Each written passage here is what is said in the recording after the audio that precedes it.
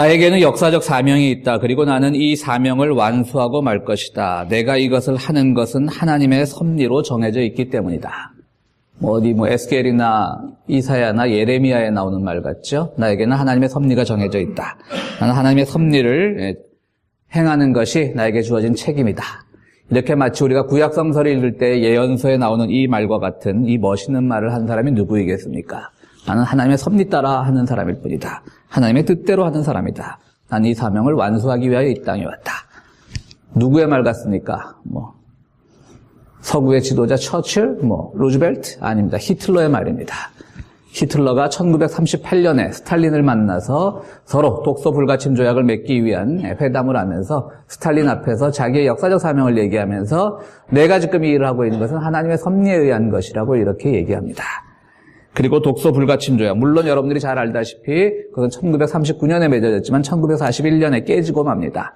이런 한시적인 인간이 맺어진 조약, 2년 만에 깨지고 말 그 조약을 체결하게 된 그 배후에 있는 스탈린을 향해서 그리스 정교의 사제들은 이렇게 얘기했습니다.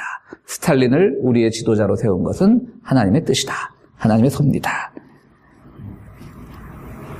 참 우리가 하나님의 뜻이라고 하는 것, 하나님의 섭리라고 하는 것, 인간이 자기의 부치기에 따라서 얼마나 위험할 수 있는가를 보여주는 단적인 예라고 할 수 있겠습니다. 히틀러도 그렇게 믿었고 스탈린도 그렇게 믿었고 독일의 모든 교회들, 보네퍼 목사 같은 특별한 분만을 제외하고는 독일의 모든 교회들이 히틀러가 지배하는 것이 하나님의 섭리라는 뜻에 동조를 하였고 소련에서는 그리스 정교회 지도자들이 스탈린의 지배를 합법화했습니다. 그리고 신앙의 이름으로 정당을 했습니다. 오래전 얘기가 아닙니다. 1930년대, 40년대 일어났던 일입니다.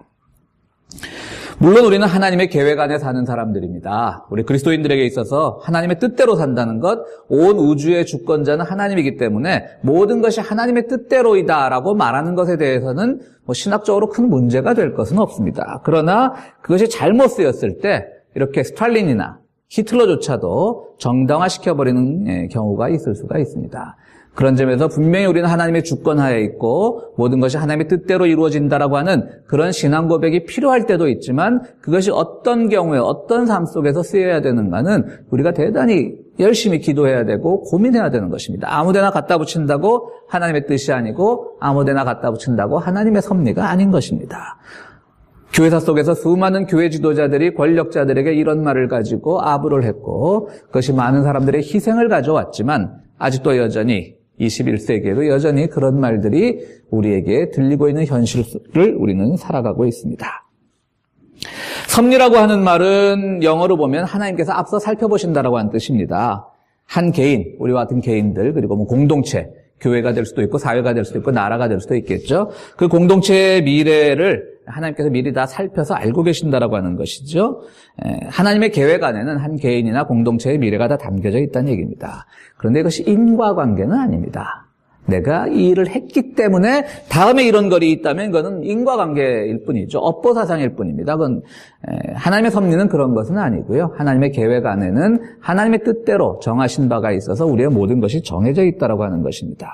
그렇기 때문에 우리 특히 한국교회에서 잘못하는 것이 뭐냐면 내가 복을 받기 위해서 이런 것을 해야만 하나님의 복을 받는다. 인과관계가 아니라고 하는 것이죠.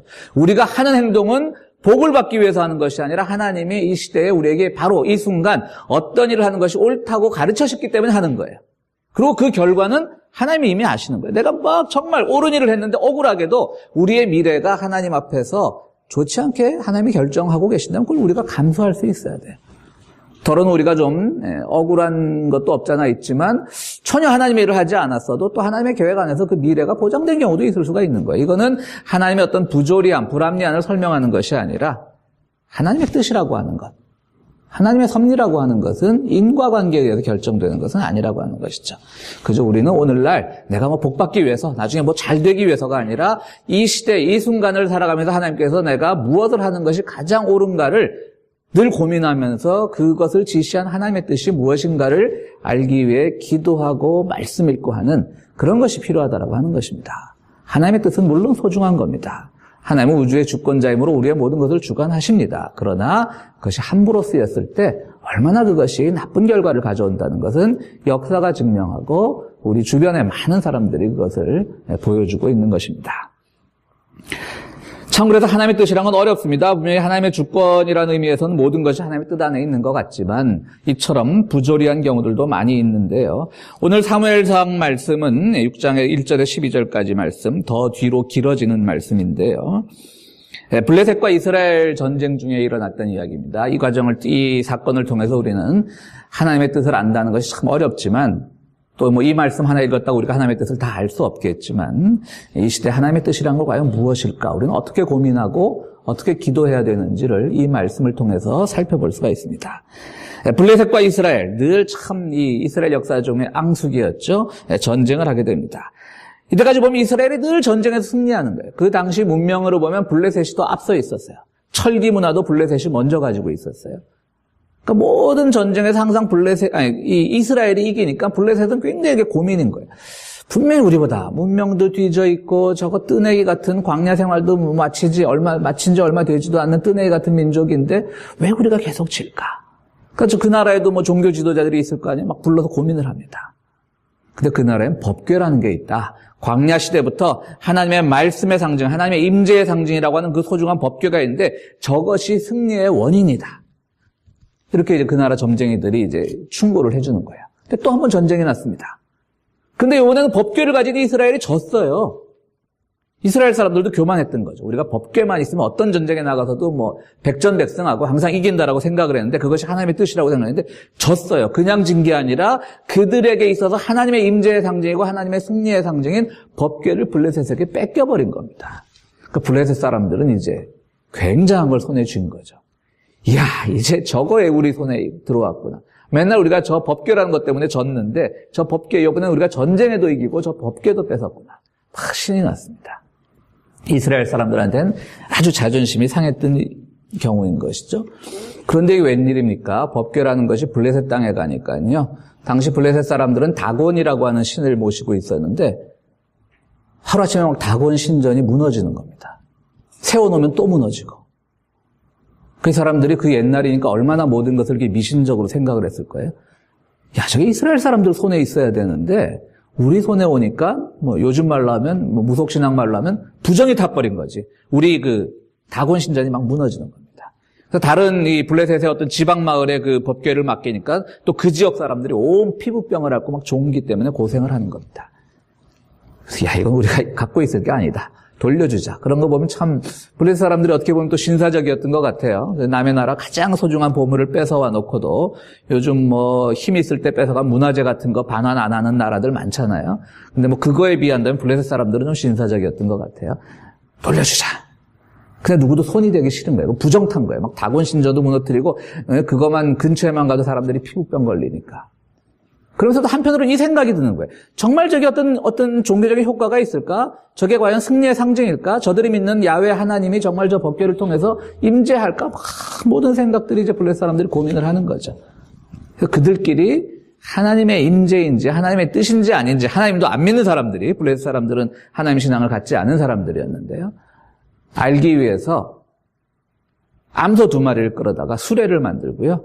거기다가 이 법궤를 세웠습니다. 그리고 그 나라 이 점쟁이들이나 술사들의 말을 들어서 어떤 제물 같은 것도 바쳤어요. 어떤 종기를 상징하는 것. 온 민족들이 그 종기 때문에 고생을 했으니까요. 그런 일종의 금은 보석으로 제물도 만들어가지고 법궤에 딱 태웠습니다. 이제 그 수레에 태웠습니다. 법궤와 함께. 그리고 그들이 스스로 기준을 만들었습니다. 이게 우리가 이렇게 재앙을 당한 것이 정말 법궤에 임하는 그 하나님의 뜻이라고 하는 저 이스라엘 신앙 때문인 건지 아닌지 아니면 우연의 일치인 건지 아주 지혜로운 그들 나름대로 하나님의 뜻을 알려고 했던 시도를 했던 것이죠. 그래서 태우고 이 금방 아기를 송아지를 놓은 암소들이기 때문에 거의 동물적인 모성 본능으로 송아지들한테 돌아가고 싶은 마음이 있을 거 아니에요. 그런데 그 송아지로 하여금 암소 2마리로 하여금 수레를 끌게 하고요. 거기 법궤를 태우고 그냥 보내는 거예요. 그래서 저게 이스라엘 땅, 베세메스라고 하는 이스라엘 땅으로 가게 되면 정말 굉장히 힘든 경우니까요. 소들이 이끄는 농부도 없이 자기들끼리 베세메스 땅으로 간다는 건 굉장히 희귀한 경우잖아요. 그리고 뒤에 새끼 송아지들이 있는데 자기들한테 금방 젖을 먹던 그 새끼 송아지들이 있는데 그거를 외면하고 간다는 건 굉장히 어려운 일이니까 자기들 나름대로는 하나님의 뜻을 알기 위해서 굉장히 고민을 한 거예요. 그래서 저 소들이 베세메스로 직접 가면 하나님의 뜻이고 돌아오면 정말 돌아온다는 게 거의 90% 확률이잖아요. 돌아오면 그냥 우연히 일어난 거다. 법궤 때문에 우리가 종기가 났던 것이 아니고 법궤 때문에 우리의 다곤 신전이 무너졌던 것이 아니고 그건 우연일 뿐이다라고 그냥 자기들 나름대로 그렇게 기준을 세운 거예요. 근데 오늘 본문을 보면 어떻게 됐죠? 이 소 2마리가 법궤를 실은 그 수레를 끌고 이스라엘의 베세메스 지역으로 그냥 가는 겁니다. 왼쪽으로도 오른쪽으로도 치우치지 않고. 블레셋 사람들이 얼마나 겁이 났겠어요. 야, 우리가 불의한 짓을 저질렀구나. 이게 정말 하나님의 뜻이었구나. 저 법궤는 어떤 미신적인 능력이 있고 없고를 떠나서 저건 그냥 이스라엘 사람들의 것이구나. 돌려줘야 되겠구나. 많은 반성을 했다라고 하는 것이 오늘 본문의 내용입니다. 그 옛날 사람들도요, 하나님을 믿지 않던 블레셋 사람들조차도 하나님의 뜻을 아는 데 있어서 굉장히 신중했습니다. 그들은 하나님을 믿지도 않는데 정말 신중하게, 그리고 자기중심적이 아니었어요. 하나님의 뜻이라는 게 얼마나 소중한 것을 알고 싶었으면 거의 가능성이 없는 쪽에 오히려 하나님의 뜻을 걸은 거예요. 그만큼 신중했다는 뜻인 거죠. 그리고 그들은 성경은 더 이상 이어지지 않지만요. 더 이상 이어지는 건 오히려 이스라엘 사람들이 또 자기들은 대단히 하나님의 뜻을 수행한 것처럼 이 6장 12절 이후에 보면요. 하나님의 뜻을 대단히 잘 지키는 민족인 것처럼 속된 말로 까불다가 아주 큰 코 닥치는 그런 사건들도 나옵니다. 오히려 믿지 않는 사람들은 신중하게 이 역사의 의미가 무엇이고 하나님의 뜻이 무엇인가를 생각한 반면에 법궤 하나 믿고 그냥 정말 경솔하게 행동하던 그런 이스라엘 사람들은 오히려 당하게 되는 겁니다. 이만큼 하나님의 뜻이란 건 소중한 겁니다. 그렇습니다. 참 하나님의 뜻. 말씀드렸듯이 이 세상 모든 하나님의 주권 안에 있으니까 하나님의 뜻이 아닌 게 없겠죠. 그러나 또 모든 것이 하나님의 뜻은 아닌 겁니다. 여기서 우리 신앙인들의 고민이 생깁니다. 어디까지가 하나님의 뜻이고 어디까지가 하나님의 뜻이 아닌가. 그렇습니다. 하나님의 뜻은 우리가 알기가 어렵습니다. 그러나 가능한 한 하려고 노력은 해봐야 되겠죠. 알 수 없다라고. 그래서 오늘은 이 본문 말씀을 함께 생각하면서 과연 하나님의 뜻이 무엇일까? 이것이 100% 설명은 되지 못하지만 함께 은혜를 나눠보고자 합니다. 첫 번째로 우리가 하나님의 뜻을 알기 위해서 생각해야 될 것은요. 세상에 존재하는 악과 죄악과 부정은 하나님이 창조하신 것이 아니라 하나님을 부정한 상태인 겁니다. 하나님께서는 때로는 악을 통해서 우리로 하여금 깨닫게 하시는 경우도 있지만요. 그것을 하나님이 창조하신 건 아니에요. 하나님은 이 세상을 선하게 창조하셨는데 하나님을 부정하는 상태로, 하나님이 뭘 도구로서 악을 만든 것이 아니라 하나님을 부정한 상태로서 악이라는 게 생겨난 것뿐인 것이죠. 그 악의 존재를 우리가 잘 알아야 됩니다. 세상에는 악한 일이 수없이 일어납니다. 전체적으로 보면 우주의 섭리 가운데 있는 것이기 때문에 악도 하나님의 섭리 가운데 있다라고 말할 수 있겠지만 그것은 하나님의 뜻을 제대로 모르는, 즉 하나님의 섭리를 제대로 모르는 사람들이 행하는 것이 바로 악입니다. 우리가 악한 어떤 것을 두고 그것이 하나님의 뜻이었다라고 한다면 그것은 하나님의 뜻을 제대로 모르는 겁니다. 일제시대의 경험, 이건 악입니다. 하나님의 뜻이 아닙니다. 많은 전쟁이 있었습니다. 한국 전쟁도 있었고 이라크 전쟁도 있었습니다. 어떤 그럴듯한 명분을 갖다 대어도 서로 죽고 죽이는 것은 하나님의 뜻이 아니라 악입니다. 아직도 우리에게 충격으로 남아있는 세월호 사건도 마찬가지입니다. 물론 어떤 사건도 있을 수 있고 배가 침몰할 수도 있고 비행기가 떨어질 수도 있지만 그 과정에서 보여줬던 인간의 무책임함과 그것을 만들어냈던 인간의 탐욕것은 분명히 악입니다. 이것은 하나님의 뜻이 아닙니다. 하나님께서 우리 인간들에게 자유의지를 주셨는데 그 자유의지를 잘못 사용한 사람들 때문에 생겨났던 것들을 두고 우리가 하나님의 뜻이라고 하는 것은 굉장히 하나님의 이름을 정말 십계명을 어겨서까지 하나님의 이름을 망령되게 일컫는 것입니다. 하나님이 왜 우리를 죽이기를 원하시겠습니까? 오늘 그 법궤를 놓고 많은 고민들을 하는 블레셋 사람들과 이스라엘 사람들을 보십시오. 둘 다 그 법궤를 통해서 하나님께서 정말 말씀하시고자 하는 것을 잘 몰랐던 거예요. 어떤 그것이 미신적인 능력이 있다로만 믿었던 것이죠. 그것을 하나님의 뜻이라고 생각을 하는 겁니다. 그나마 블레셋 사람들이 더 낫어요. 아까도 말씀드렸지만 더 고민을 했어요. 하나님의 뜻이 뭔지에 대해서. 믿지도 않는 사람들이. 이스라엘 사람들은 자기네 땅에 돌아오니까 그냥 막 신나갖고 하다가 결국 더 큰 재앙을 당하기도 해요. 참 하나님의 뜻이란 게 어렵습니다. 여러분, 우리가 하나님을 믿는다라고 하면 다 우리가 하나님의 뜻대로 사는 걸까요? 그렇지 않습니다. 하나님을 믿는다라고 하면 하나님의 뜻이 무엇인가 고민하는 삶을 살라고 하는 것이지, 내가 하나님을 믿는다라고 하면 나에게 무슨 내가 법궤를 가지고 있는 것처럼 미신적인 능력이 있어가지고 나를 반대하는 사람들은 무조건 해를 당해야 되고, 나는 하나님을 믿는다라는 신앙 고백만 하면 내가 기도하는 대로 모든 것이 다 이루어져야 되고, 그런 하나님의 뜻은 이 우주 공간 어디에도 존재하지 않습니다. 하나님의 뜻이라고 하는 것은 정말 무엇이 악한 일이고 부조리한 일이고 그것을 위해서 우리가 무엇을 고치려고 기도하고 고민해야 되는지를 알아가려고 노력하는 사람들이 많이 깨우칠 수 있는 것이 바로 하나님의 뜻입니다. 우리가 하나님의 뜻 매 순간순간 살아가면서 하나님의 뜻을 알면 얼마나 좋겠습니까? 내가 이거 하는 건 이건 하나님의 뜻이구나, 이건 아니구나, 이렇게 착착 구별하는 지혜가 있으면 얼마나 좋겠습니까만 그렇지 못합니다. 그렇지 못하다는 것은 하나님께서 우리에게 뭔가를 명쾌하게 가르쳐 주시지 않으셨다는 의미가 아니라, 그것을 아는 것이 그만큼 어렵기 때문에 함부로 말하지 말고 늘 고민하고 기도하고 실천하고 말씀 가운데 살라는, 정말 그것이야말로 하나님의 뜻인 거지요. 근데 우리는 너무나 그것을 잘 모르고 사는 경우가 많이 있는 겁니다. 그렇습니다. 인간이 저지른 죄악이 원인이 된 사건을 놓고 그 원인을 규명하기는커녕 오히려 모든 것을 아주 편하게 자기 뜻대로 하나님의 뜻이라고 사용하는 것은, 그런 말을 쓰는 것은 우리 기독교인들이 가장 저지르기 쉬운 그거야말로 죄악인 것입니다. 하나님의 뜻을 우리가 제대로 알기 위해서는 악이라는 것이 어떻게 생겨났고 그 악의 원인은 무엇이었고 그 악을 우리가 어떻게 극복해야 되는가를 깨닫는 지혜에서부터 나오게 되는 것입니다. 두 번째로 하나님의 뜻은 협력하여 선을 이루는 것입니다. 오늘은 삼위일체주일입니다. 우리 기독교 신앙은 유일신 하나님을 믿는 신앙입니다.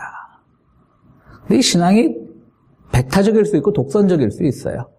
다른 존재를 인정하지 않으니까. 그래서 초대교회 교부들은 막 고민을 하는 겁니다. 하나님의 배타성, 이런 것들도 고민이 되고, 한편으로 그렇다고 우리가 유일신 전통이 있는데, 그렇다고 예수님도 신, 하나님도 신, 성령님도 신, 각각 세 명의 각기에 존재하는 신을 섬기면 유일신 사상이 아니라 삼신 사상이 되잖아요. 세 분의 신이 있는 게 돼요. 오늘 우리가 삼위일체 교리라고 하는 것이 논리적으로 설명이 되지 않기 때문에 그것을 비난하고, 그것이 니케아 종교회에서 결정된 인간의 결정이라고 이렇게 폄하하는 분들도 계시지만요, 그렇지 않습니다. 지금 우리가 삼위일체 교리가 이해되지 않았던 것처럼 그 니케아 종교회에서 그걸 결정하던 분들도 이해되지 않았긴 마찬가지일 겁니다. 그런데 왜 이해되지 않는 것을 그렇게 우리가 좀 부정스럽게 말을 하면 억지로, 정말 어떻게 셋이 하나고 하나가 셋일 수 있는가? 왜 억지로 그런 교리를 만들어내었을까?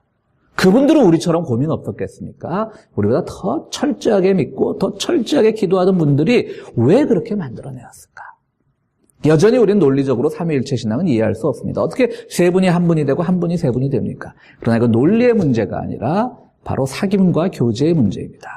하나님은 유일신이지만 독선적인 하나님이 아니라 그 하나님조차도 성부와 성자와 성령이라고 하는 서로 협력해서 선을 이루는 그런 조화와 사귐의 관계를 가르쳐주기를 원하시는 하나님이라는 모습을 초대교회 교부들이 발견을 했던 것이죠. 그들은 왜 고민 없었겠어요? 이게 우리가 이 교리를 딱 세상에 공포하면 사람들이 그걸 받아들일까? 말이 안 되잖아요. 이게 어떻게 셋이 하나고 하나가 셋이야. 그 고민 틀림없이 했을 거라고요. 그럼에도 불구하고 유일신 하나님만 절대적인 하나님이라고 가르쳐서도 안 될 것이고, 그렇다고 삼신사상도 받아들일 수 없는 것이기 때문에 이런 교리를 만든 거예요. 결국 우리는 오늘 그 교리가 논리적으로 옳으냐 그르냐의 문제가 오늘 남겨진 우리 그리스도인의 몫이 아니라 왜 그렇게 했을까? 하나님조차도 모든 것을 주관하신 하나님조차도 스스로 독단적으로 모든 걸 결정하지 않으시고 삼위의 조화 안에서 협력 안에서 세상을 지배하기, 다스리기를 원하셨다는 것을 우리가 깨닫길 원하시는 것이죠. 절대적이고 주권적인 하나님조차도 서로 삼위 안에서 교제하기를 원하셨던 거예요. 그런 점에서 하나님의 뜻은요, 협력해서 선을 이루는 겁니다. 아마도 우리 교회 교인들은 제가 오늘 하나님의 뜻이라는 설교 제목을 삼으면 언제쯤 한국에서 총리 후보 옳은 분 얘기가 나오나, 이제 하겠습니다, 이제. 분이 한국의 온누리교회라고 하는 대형교회 장로님이시랍니다. 한국의 국무총리 후보님께서 일제시대의 우리의 경험들도 다 하나님의 뜻이고, 다 하나님의 뜻이라고 했답니다. 하나님의 뜻 가운데 있다 보니까 일제시대 때 종군 위안부로 끌려갔던 우리 할머니들의 그 슬픔도 배상해 줄 필요가 없다. 그렇겠죠. 그분 안에도 하나님의 뜻인데, 하나님의 뜻의 도구가 됐으면 그럼 박수를 쳐줘야 될 일이란 말인가요? 하여튼, 그런 식으로 얘기를 해서 지금 여론의 지탄을 받고 있는데요. 이분 아주 무지한 분이죠. 하나님의 뜻을 알기 위해서 우리가 알아야 된다는 첫 번째로 악의 문제를 몰랐던 분이고요. 두 번째로는 협력하여 선을 이룬다는 것을 몰랐던 분입니다.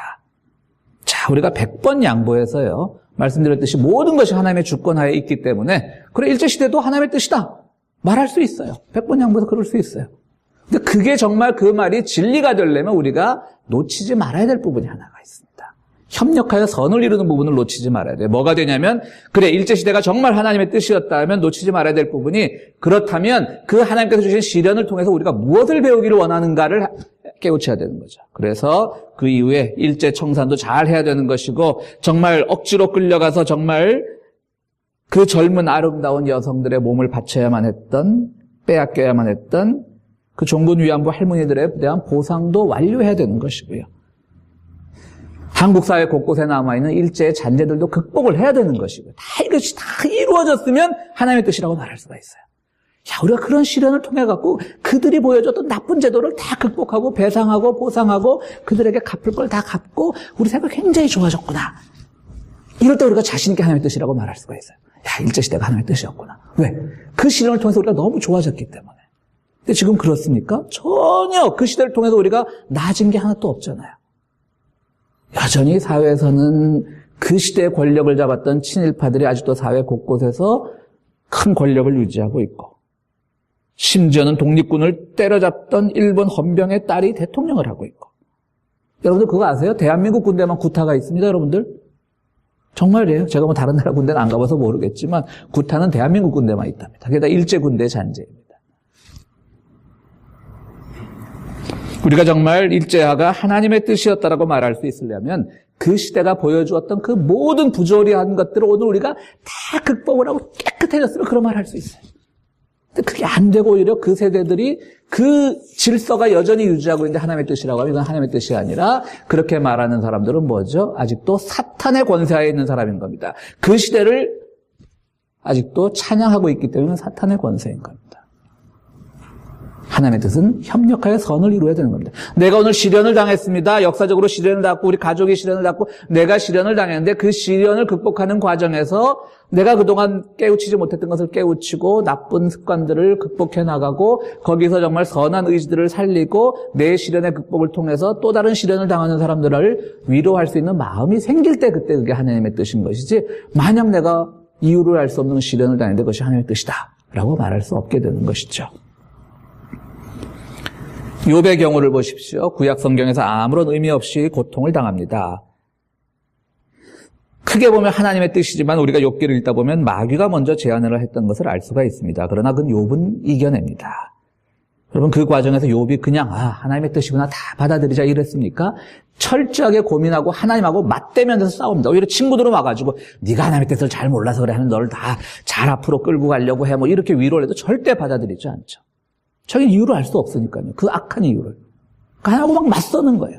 그 맞서는 과정에서 욥은 성숙하고 마지막에 가서 정말 이 모든 것이 하나님의 섭리 안에 있었구나라는 걸 깨닫게 되는 거죠. 그냥 쉽게 말한 게 아닙니다. 협력하여 선을 이뤘던 겁니다. 그것이 우리에게 필요합니다. 세 번째로 우리는 하나님의 뜻을 알기 위해서 분별의 능력이 필요합니다. 이것이 우연인지 악의 횡포인지 정말 하나님의 선한 계획의 일부인지 우리는 분별해야 합니다. 쉽게 얘기해서는 안 됩니다. 블레셋 사람들조차도 자기중심적으로 분별하지 않고 정말 확률이 거의 없는 쪽에 하나님의 뜻을 걸면서 고민했던 흔적이 있습니다. 여러분들은 어떻게 하나님의 뜻을 알기 위한 분별의 능력을 가지시겠습니까? 저는 여러분들에게 서두르지 말라라고 말씀하고 싶습니다. 모든 일의 결말은 종말의 때에나 우리가 알 수 있는 겁니다. 서두르지 말고 내 삶 속에서 모든 조금 좋은 일이 있었다라고 아니면 조금 시련이 있었다라고 우리가 하나님을 함부로 거론할 것이 아니라 이 일을 통해서 하나님은 나에게 어떤 변화를 주시기를, 내가 어떤 변화를 하기를 원하는가를 늘 깨닫는 여러분들 될 때, 지금 하나님의 축복이구나, 하나님의 심판이구나 이러지 마시고 좀 서두르지 말고 느긋하게 보는 것이 필요합니다. 또 그건 여러분들의 몫이 아니라 저 같은 목회자들의 몫이기도 한데요. 또 하나님의 뜻을 분별하는 데는 쉽게 가르치려 해서는 안 됩니다. 이제 우리 목회자들이 겪는 어떤 딜레마기도 한데요. 이건 하나님의 뜻이야 라고 쉽게 가르쳐서는 안 되는 겁니다.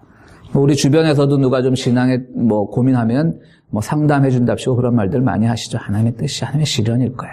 굉장히 조심하셔야 돼요. 쉽게 가르치려고 하시면 안 돼요. 우리 삼위일체 하나님 가운데 성자 하나님 되시는 예수님조차, 정말 하나님과 동등 본체이신 분조차도 겟세마네 동산에서 이 제 잔을 거두어 주십시오. 하나님의 뜻은 지금 예수님이 고난을 당하고 인류의 죄를 대속하도록 죽게 되어 있는 것인데 주님조차도 고민하신 거예요. 난 하나님의 뜻을 다 이해해서 자, 나를 데려가서 십자가에 못 박아라 이렇게 하시지 않았잖아요. 주님조차도, 그 예수님조차도 고민하신 거예요. 제 잔을 좀 거두어 주십시오. 저 무섭고 두렵습니다. 주님이 그러셨는데 우리가 무슨 근거로 함부로 남에게 이것은 하나님의 뜻이다, 아니다, 받아들여라 이렇게 하겠습니까? 개인의 기도의 몫인 겁니다. 함께 기도해 줄 수는 있지만 함부로 가르쳐서는 안 될 것입니다. 또 하나님의 뜻을 알기 위해서는 자기중심적으로 생각해서는 안 될 것입니다. 자기가 속한 어떤 집단의 이익을 위해서, 자기 삶의 이익을 위해서 아전인수격으로 하나님의 뜻을 생각해서는 안 될 것입니다. 또 하나님의 뜻을 제대로 알기 위해서는 잃어버림도 준비해야 됩니다. 블레셋 입장에서는 남의 나라 가장 소중한 종교적인 문화재를 갖고 왔습니다. 법궤를 가져왔습니다. 남의 나라 옥새를 가지고 온 것 이상입니다. 그러나 그것을 돌려주기로 결정을 합니다. 하나님의 뜻은 온전한 것이지만 여러분들에게 모든 것을 채워주는 것이 아니라 때로는 가장 온전한 하나님의 뜻은 여러분들에게 잃어버림을 요구할 수도 있습니다. 그때 하나님의 뜻이 온전히 여러분들에게 다가옵니다. 우리가 신앙이 좋다고 하면서 자기 채울 궁리만 한다면 그것은 하나님의 뜻을 모르는 것입니다. 하나님의 뜻은 때로는 우리들에게 잃어버림을 가르쳐줍니다. 많은 사람들이 하나님의 뜻 운운하면서 자기가 가지고 있는 기득권을 계속 유지하려고 하고 없는 사람들에 대해서 함부로 얘기를 하는 그런 사람들은 결코 옳은 하나님의 뜻을 아는 사람이라고 할 수가 없습니다. 사랑하는 성도 여러분, 우리는 모두 하나님의 섭리 안에 계획된 존재입니다. 크게 보면 다 하나님의 뜻이고 하나님의 섭리입니다. 그런데 그 일이 아무 일이나 해도 되고 악을 외면해도 되고 오히려 외면하는 것을 넘어서서 정당화해도 된다는 뜻은 아닙니다. 하나님께서도 독선적이기를 원치 않으셨습니다.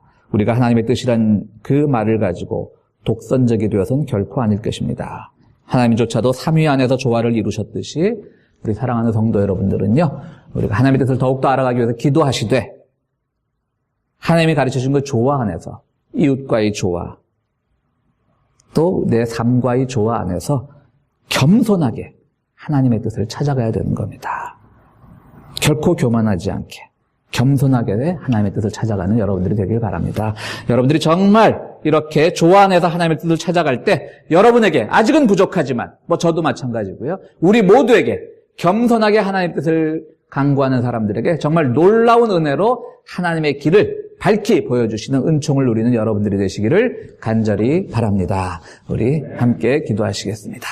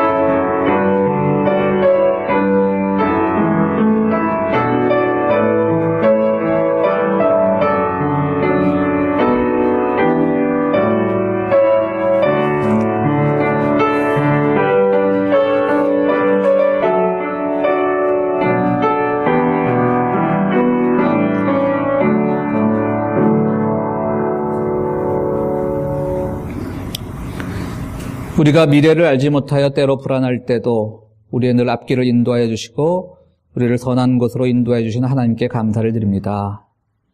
그러나 주님, 우리가 가는 길이 정말 하나님의 뜻이 있어서 하나님이 원하는 길을 가고 있는지 늘 겸손하게 우리를 돌아보게 하시고, 우리가 가는 길이 정말 하나님의 뜻에 맞다면 우리의 길만 옳은 것이 아니라 우리의 이웃들에게도 함께 가자고 권할 수 있는 믿음의 담대함을 우리에게 허락하여 주시옵소서.